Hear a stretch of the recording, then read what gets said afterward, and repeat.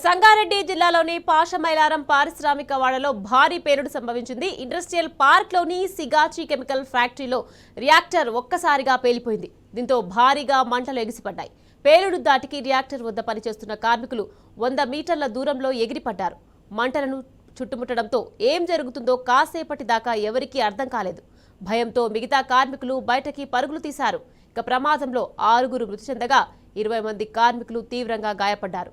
వారిని ఆసుపత్రికి తరలించి చికిత్స అందిస్తున్నారు. కొందరి పరిస్థితి విషమంగా ఉండగా 5 కార్మికులు మృతి చెందినట్లు సమాచారం. మృతుల సంఖ్య మరింత పెరిగే అవకాశం ఉందని తెలుస్తోంది.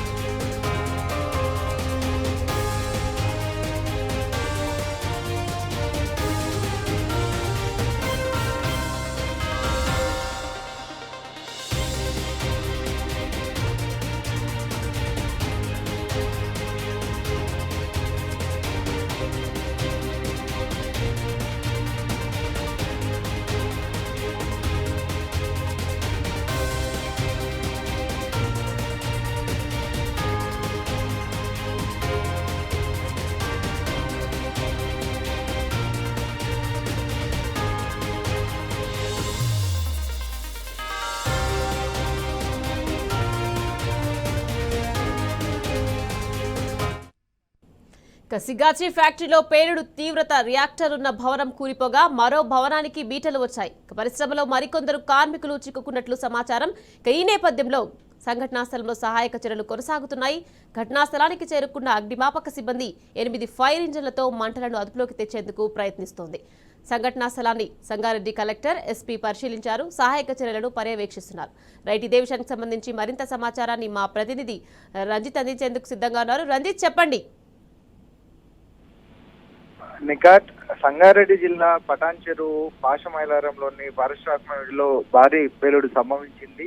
రియాక్టర్ పేలడంతోనే దాదాపు 10 మంది అనేది మృత్యువాత పడ్డట్టుగా తెలుస్తుంది.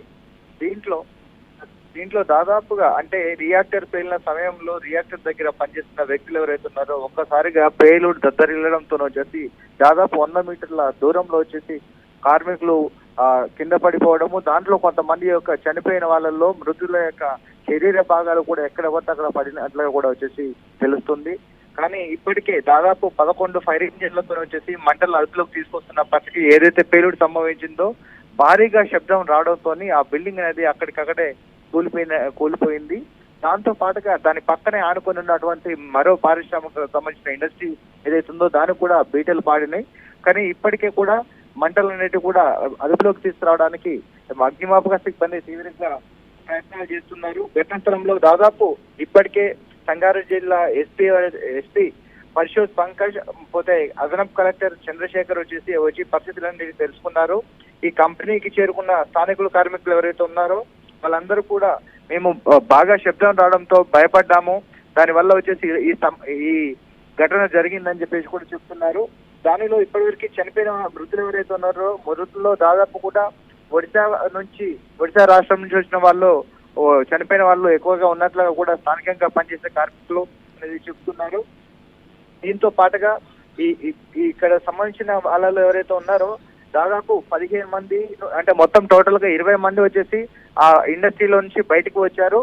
దాంట్లో 15 మంది మాత్రం బయటికి వచ్చారు. వాళ్ళ ప్రాణాలు అంటే కొంతమందికి వచ్చేసి క్షతగాత్రులు అవుతున్నారు. స్థానికంగా ఉన్న హాస్పిటల్లో ట్రీట్మెంట్ పొందుతున్నారు. దానిలో ఒక 4 నుంచి 5 వరకు కూడా పరిస్థితి అనేది కూడా విషమంగా ఉన్నట్లు కూడా తెలుస్తుంది.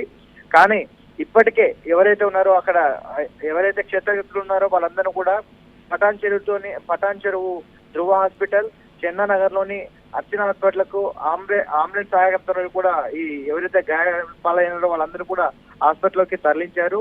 వాళ్ళ యొక్క పరిస్థితులన్నిటి కూడా ఇంకా మనకు కొద్దిసేపట్లో కూడా వాళ్ళ యొక్క పరిస్థితులన్నిటి మనకు తెలుస్తుంది. కానీ చనిపోయిన వాళ్ళ అందరిలో కూడా దాదాపు ఎవరైతే చనిపోయారో వాళ్ళందరూ కూడా ఒరిస్సాకు సంబంధించిన వాళ్ళందరూ కూడా తెలుస్తుందని కాదు. రంజిత్, చెప్పండి. ఇప్పటికీ సంఘటనా స్థలాన్ని ఎస్పీ అండ్ కలెక్టర్ పరిశీలించారంటూ అప్డేట్స్ ఉంది. ఇంకా ఎవరైనా అధికారులు కానీ రాజకీయ నాయకులు కానీ ఎవరైనా వచ్చి సందర్శించారా?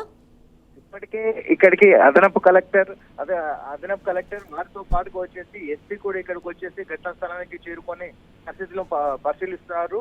ఇంకా కొద్దిసేపట్లో కూడా మాజీ మంత్రి హరీష్ రావు గారు కూడా ఘటనా స్థలానికి చేరుకొని ఆ క్షేత్రగాత్రులను కూడా అక్కడికి వెళ్ళే పరిస్థితి అనేది కనబడుతుంది. దాంతో పాటుగా సంఘటన స్థలంలో కూడా మరి కాసేపట్లో కూడా మంత్రి హరీష్ రావు గారు కూడా రాబోతున్నారు. Okay right, thank you Ranjith.